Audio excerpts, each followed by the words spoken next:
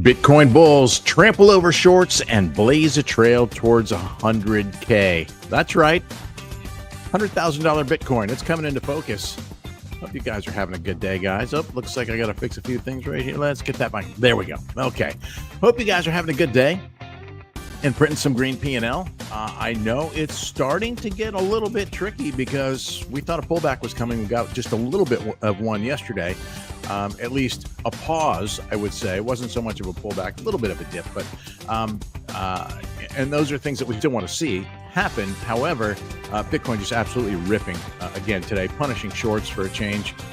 Not really for a change. It just seems to keep happening, right? So let's take a look at the charts here today and see if we can get some insight on really where we're going. Obviously, 100K is coming into focus. Is it going to be just a solid rip up to 100K, or are we going to see? Oh, let's make that go away. Gosh, a messy today. All sorts of things going on around here. So what are we going to do? We're going to talk about obviously Bitcoin, but we're going to also look at a couple of alts. I'm going to show you, obviously, the normal TA and order book stuff with FireCharts, but we're also going to look at RSI and see if we can gain some insight on how price may develop from here based on some historical data with RSI. And I'm going to show you how to use the MTF Mean Reversion Indicator, not just for spotting opportunities to long, but also to help you identify areas to potentially close shorts if you are indeed attempting to short in this market, which quite frankly, I think is a really risky move based on the momentum here. You hear things like don't fight the trend. The trend is your friend. You cannot fight this momentum. I mean, no denying that the bullish momentum is there right now by anyone. And so if you're shorting in this environment, at least in terms of Bitcoin, you better be prepared to DCA, dollar cost average your way up to 100 or potentially even through 100K, because it's near impossible to forecast when this momentum is going to cool down. Because we had some signals yesterday.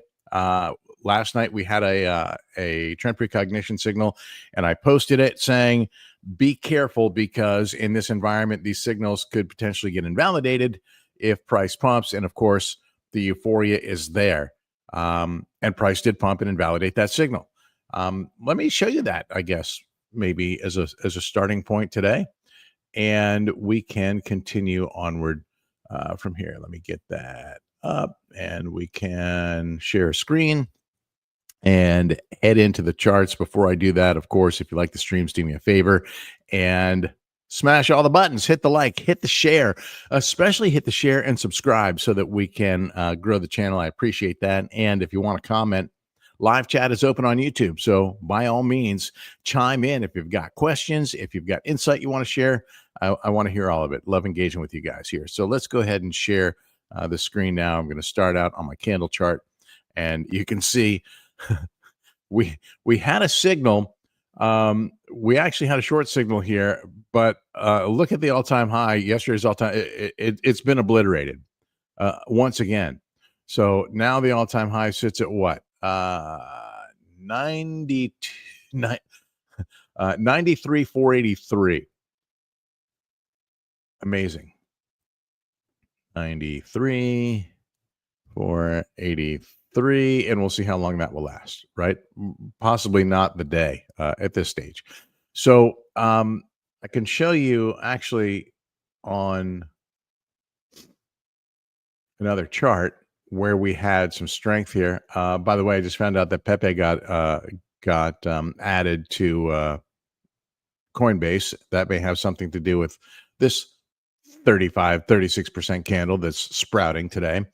Let's go to BTC, and I can show you here on the trend precognition signal meter. You can see that there's still a hint of a signal there, but it just was not strong enough to hold to print the arrow here up top. So that has faded. We had a much stronger signal. It's not strong enough at this stage to hold, and so it invalidated, and we of course have a new all-time high here. But while I have this chart, let's look at the RSI. Obviously, in um, overbought territory here on the daily and peaking up above it on the weekly a bit. I'm going to go to the weekly chart, and we're just starting to peak above the overbought territory here, right? So let's look at historically what has happened when RSI moves up to those levels. It doesn't mean an instant reversion. In fact, if we look back to October, that's kind of where this whole move started, right? We were overcooked here for a bit, but price continued to appreciate. We found some consolidation levels within that, which were important. And as you can see, then a big pump, for this move up to the 60K range. Let's go back a little bit further in history, and we can go back to October of 2020, and another situation where price was certainly overbought, but it continued and pushed price higher. So this doesn't mean that price is necessarily going to revert from right here, but it does mean that price is obviously appreciating. We might get some consolidation zones out of this, which would be healthy in my opinion. Here's just a long series of time where Bitcoin was overbought, then cooled off, overbought, cooled off, overbought, cooled off, etc. And that pumped us through. Really, I think was the first time that really the general public woke up to Bitcoin was pushing up into that 20K range. So point being, these are not bad to see. They lead to new highs, as we're seeing here, right? Look at this, all the way back to 2013 in the early days, and just a massively overbought Bitcoin, and it went to new highs. So this is something to watch for sure. And as you can see, we're printing all-time highs. So keep an eye on this, right? If it cools down, we might get some consolidations, and those consolidations are most likely worth, levels that you want to indeed buy, right? Like, you see something like this, those are often good buy zones. So, who's joining me here today? What's up, Alex? 100K for this week? Hey, quite possibly. Listen, we could possibly get there today at this pace. I don't think that's going to happen. I don't think it would be healthy, but the market clearly doesn't care what I think. And so all we can do is trade what is in front of us. And if we look over at the order book and we look at FireCharts, we can see that the liquidity dynamics are changing quite a bit here. A couple of days ago, I posted we had a massive amount, 186 million in ask liquidity up here, just sub 100K, right? And it faded, like half of it disappeared, went from 186 million down to 100 of it got pulled, then it bumped back up into the 90s, into the low 90s, and now hovering, and then really today we're starting to see more ask liquidity come into that range. So a significant amount, but historically it does not. Well, it does compare. This was the most that we had seen historically at any one level, really in the history of this. So yeah, we all will expect a flush, crackdown chiming in. Yeah, we've all been expecting a flush, but it hasn't come yet. And as I said, really even before the election, when the Trump pumps were first, happening, that if we got to this situation where Trump was elected, we would see a pump. We would likely see a big pump, and if it went fast, then we could probably expect things to break down pretty severely, and then Bitcoin will return to its trajectory, whatever that's supposed to be. So that seems to be happening now, right? And whether we can continue right up into this range remains to be seen. As you can see, there's not very much above it. So right now, there is not any significant sentiment for price to go above 100K at the moment. nothing changes sentiment like price, right? So as we start, getting closer, we might see that happen. But I would say that this is going to be a big psychological level, right? The fives and tens seem to be psychological levels for Bitcoin, and of course, since we're in price discovery, there's nothing to compare it to. So I do expect this to be really a hot point. I expect to see algos triggered. I expect to see profit taking. I expect to see shorts opening. I expect to see late longs coming in. And, people attempt to, especially if there's an overshoot, there's going to be breakout buyers coming in strong, super strong. And then maybe that is the area that we would get the big flush, right? Squeeze the shorts and then flush the longs. Historically, that's kind of how Bitcoin works. But at the moment, it is literally beating the odds. It's got a mind of its own. And so you can't fight this trend. I would really caution anybody against doing that because it is very, very risky. And we just have to trade what is in front of us. Now, in terms of where support could be, you could see here, as I put some contrast in the chart, you can see that we do have some support building in this, this concentrated around 85, 86 level. And if we look at the charts, we did see a little bit, yesterday we dipped down to what? 85 and change. A little bit of consolidation at this, 80, just sub 88K level.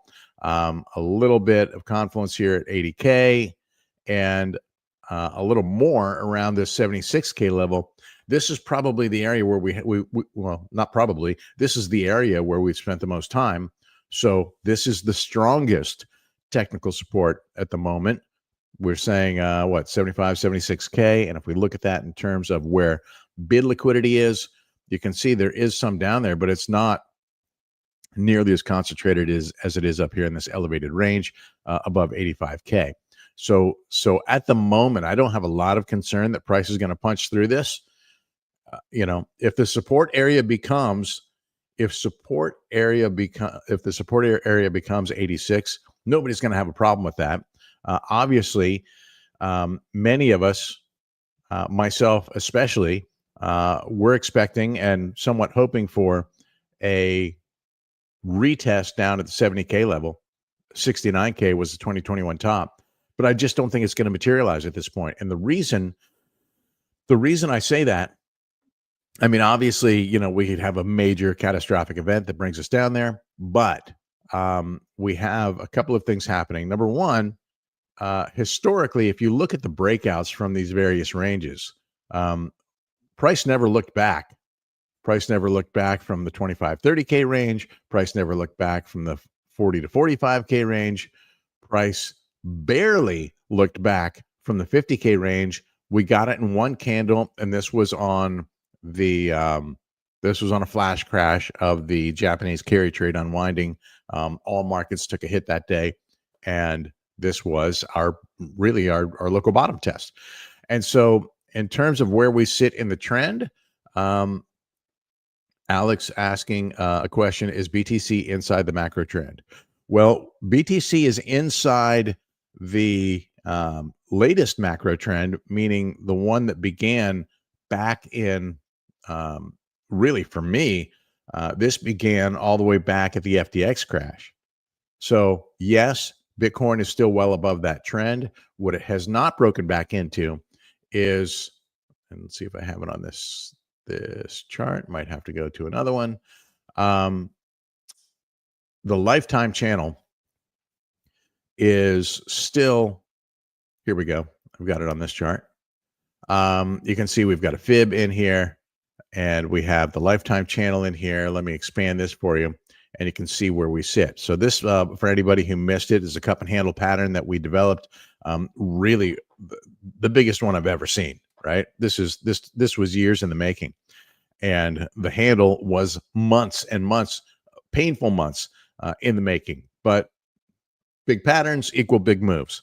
77% downside from the rim of the cup down to the bottom of the cup.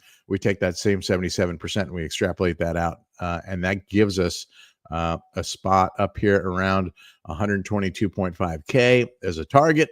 And it is pretty close to where the trend line is, right? So if we, depending on when we hit this, I mean, if we got this in December, that would be right at the lifetime channel for Bitcoin. Let me expand the chart so you can see that a bit better. Okay, let me take this fib off so we can make it a little bit easier at least, right? So we're not back in that channel yet, and who knows if we ever will, right? I mean, imagine if price just continues upward and doesn't make it into that channel, but price could still go, you know, very, very high over time and not make it back into this channel. So it'll be interesting to see if price does make it into the channel. If it does, I mean, the upside potential is just tremendous, right? And I don't think this happens in this cycle. I think that there is a chance, certainly there's a chance that price moves up and gets back into this channel over the cycle.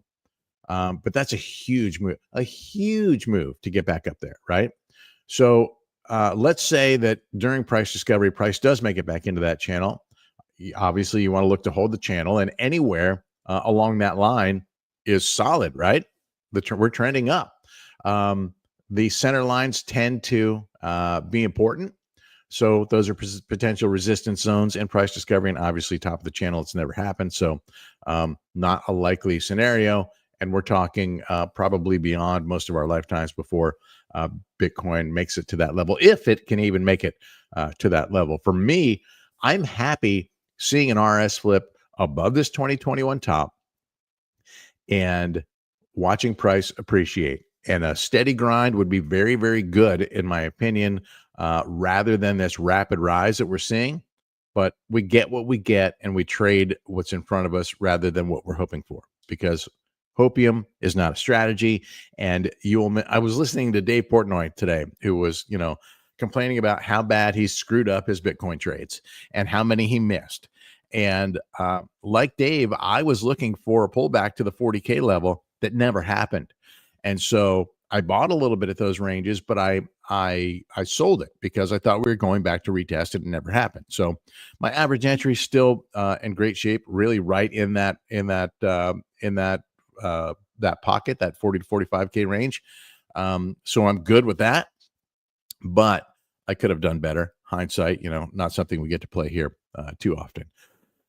So we also talked about finding targets, and MTF mean reversion, great indicator, tremendous track record, and typically used for spotting local bottoms to that bounce, right? This indicator has a greater than 95% hit rate of calling local bottoms that will bounce 1.25% or higher within 5 days. At least that's how we've been measuring it. And so the way mean reversion works, it works in both directions, right? So even though we're throwing signals here on the buy orders, you can use this indicator to signal when to close shorts. For example, when it fires along, here's your sign that you might want to start thinking about closing that short. Now, we had some drawdown here. That's okay, right? If you're trying to pick absolute tops and bottoms, you've got to be very, very good in this game. It's hard to do. So keep that in mind. Really a versatile indicator. You can see that a lot of alts have just been soaring. We can adjust the deviation percentage on this indicator depending on the volatility. And this week things are picking up a bit. So where Bitcoin has been trading in the 1 to 2% deviation range, some of these alts are trading higher. And obviously we could go to deeper deviations, and what that means is you're going to it's harder to fire a signal. You're not going to get as many signals on the deeper deviations as you do on the shallower ones. In fact, we just switched from 3% to 4%, and there's actually no signals at 4% deviation here in the past couple of weeks out of Solana. Doge has been ridiculous, and you have to wonder if any of the the Elon Musk talk with the new the new department that Trump is making and making him the czar of has anything to do with what's happening with Doge. It's been on just a tremendous run, just absolute tear for the past couple of weeks. And so hats off to anybody making money with Doge, whether you're using the MTF Mean Reversion Indicator or not. Now let's go back and look at liquidity dynamics in the order book and the order flow, because this is important, right? What we're seeing here in the order book, this is limit orders. What we're seeing down here, this is market orders. And one thing that is often commented on, I hear it happening in our communities, and I hear it happening or see it happening rather on social media, is what is happening with that orange class. They're getting wrecked. They're not getting wrecked, my friends. Guess what? Yes, retail lives in these smaller classes, but they also are dominated by whales running TWAP bots. And when price goes up, they're selling into that upward momentum, and that is smart money making money. So don't think that retail's getting wrecked just because you see this. Realize that the largest whales can control, number one, they can disguise their orders in any order class, and they can control and dominate these other order classes just by TWAPing volume over time. And so we see that we do have some bid liquidity, ask liquidity now starting to move up above 100 million, 100K. Still not a lot though, right? There's only 17 million there at that level at the moment. So this is where I think we linger, and at the moment it feels like we're going to stay above this 85, 86K level that was tested yesterday. The liquidity looks pretty good in the near range. And so barring a rug pull or a black swan, I think we remain up here in this elevated range for a little while, at least until we get closer to 100K. We could very conceivably tick that this week. Some more economic data coming. Today's economic data was as forecasted. So I guess the market likes that there wasn't any deviation towards anything bad. But I think one of the big drivers is what's happening in the world of ETFs, right? Even the ETH ETF had a big day yesterday. BlackRock has been buying this week robustly. And of course, you know that on the Bitcoin ETF, they've been making huge buys. I posted something earlier today about the volume of Bitcoin ETFs over time and how they are just absolutely smashing it. And, relative to, all the other ETFs in the world. So yesterday, another almost 800 million from BlackRock. So you're looking at billions of dollars again here over the last 1, 2, 3, 4 trading days out of BlackRock. So this is helping drive the demand and the price for Bitcoin. Let's see if I can find that post really quick without too much time. And I think I put it on my personal channel. Let's see. That guy. Can't get that guy out of my feed. Here you go. So this is from Eric Balkanis again from Bloomberg.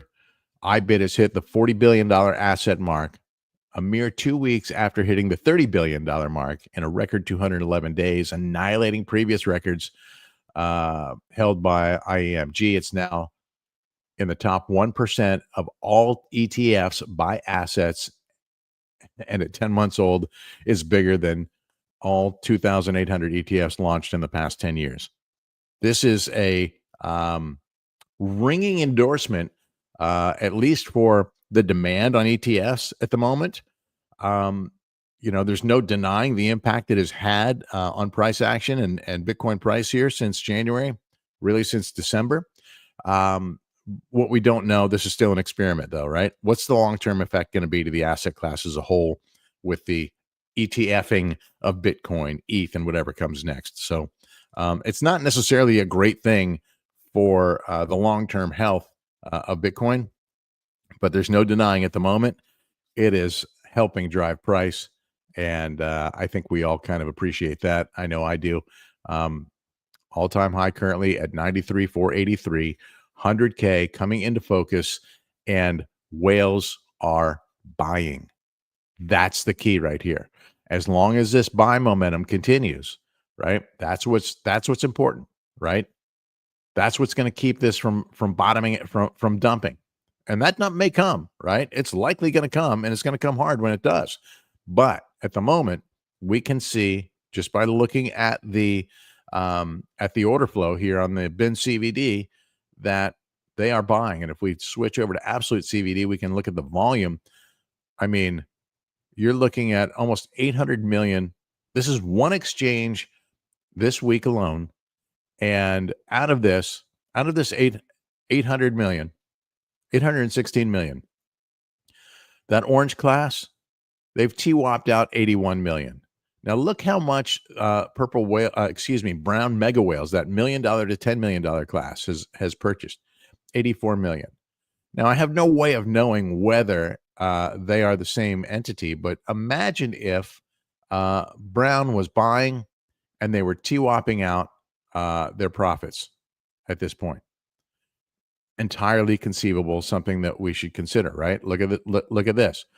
Here's where the buying started aggressively, and the selling began soon after.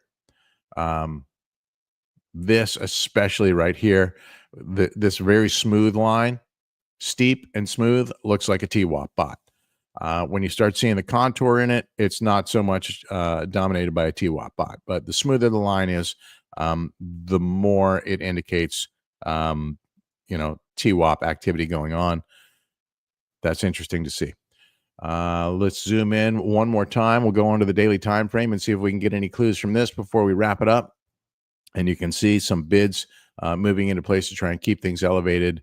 You have a ladder up from 85 to keep price up, elevated into this elevated range from here. That's what we're looking at, guys. Hope that gives you some insight and helps you make some trading decisions. I really, really hope that you are managing your risk, not just aping in because you think everything's going up, because things do come back down. You ape into an alt that's printing a 36% candle, chances are it's going to cool off for a minute before it goes the next 36%. All right. Keep that in mind, guys. Have a great day. As always, trade safe. And I hope this data is helping you trade smart. You want more info on any of the tools like FireCharts or MTF mean reversion or trend precognition? I've got a link in the description down below. Of course, you can always learn more at materialindicators.com. Have a good one, guys.